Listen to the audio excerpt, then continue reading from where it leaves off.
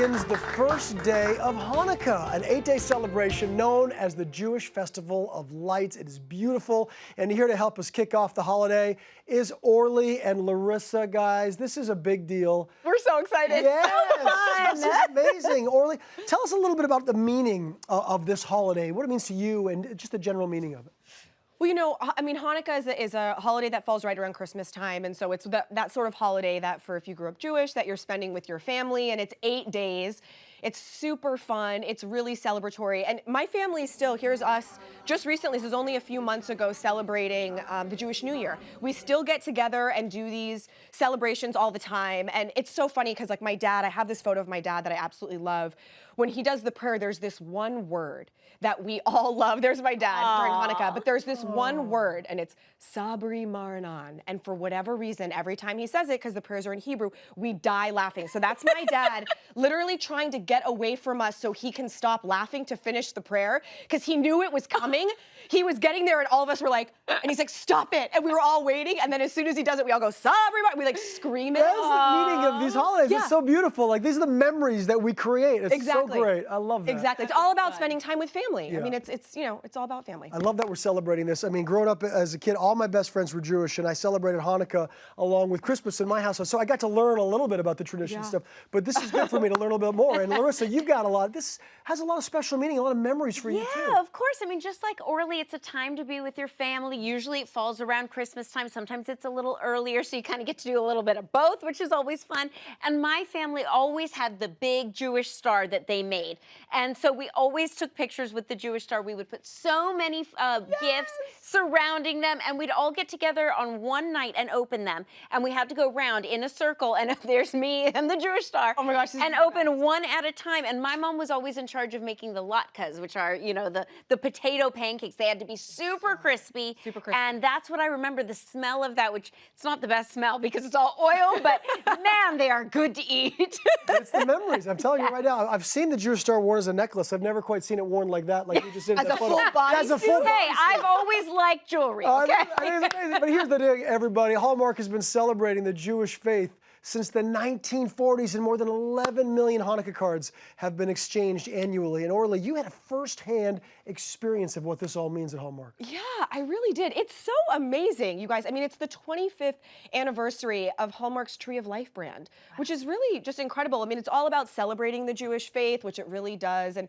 you know, what was so impressive to me is getting to see the amount of history that goes into each of these pieces in this collection. It's really remarkable. It's so cool. It is remarkable, and we get to have a little glimpse. Yes! Take a look. Hallmark is home to an impressive variety of historical greeting cards. And inside their archive is a sampling from every year, including the beautiful Tree of Life collection. The name Tree of Life was selected because of the significance that trees hold in Jewish culture.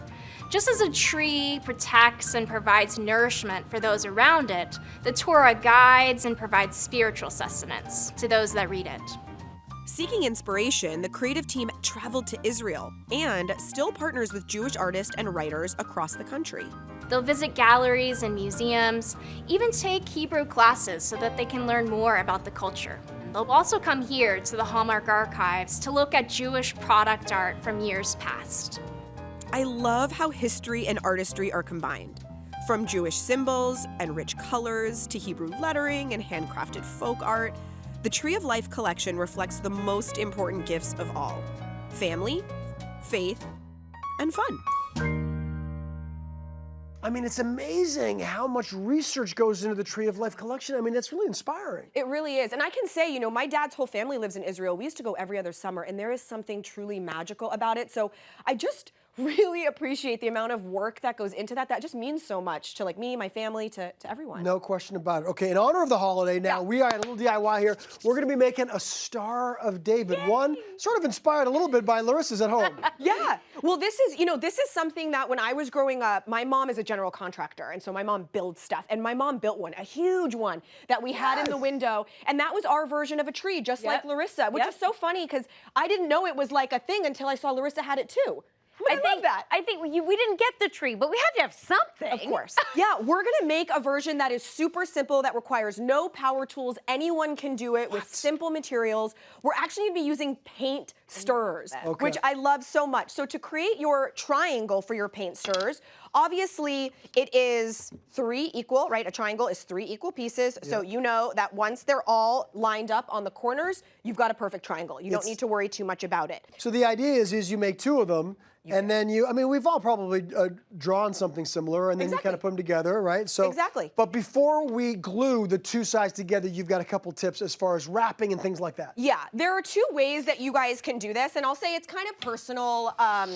You know, your personal desire or whatever. You can glue these together now and now wrap the entire thing as one unit. Okay. However, I do think that it's a little bit more efficient to wrap each of them separately because it's easier, because you're not dealing with getting in through these tiny triangles as well, right? Yeah, right. You've got those tiny little ones, which make it a little bit tough. This is a design process for you guys, the kind of vibe that you want. If you want something like this, you can see it's super bright silver. This is obviously a much more intense version.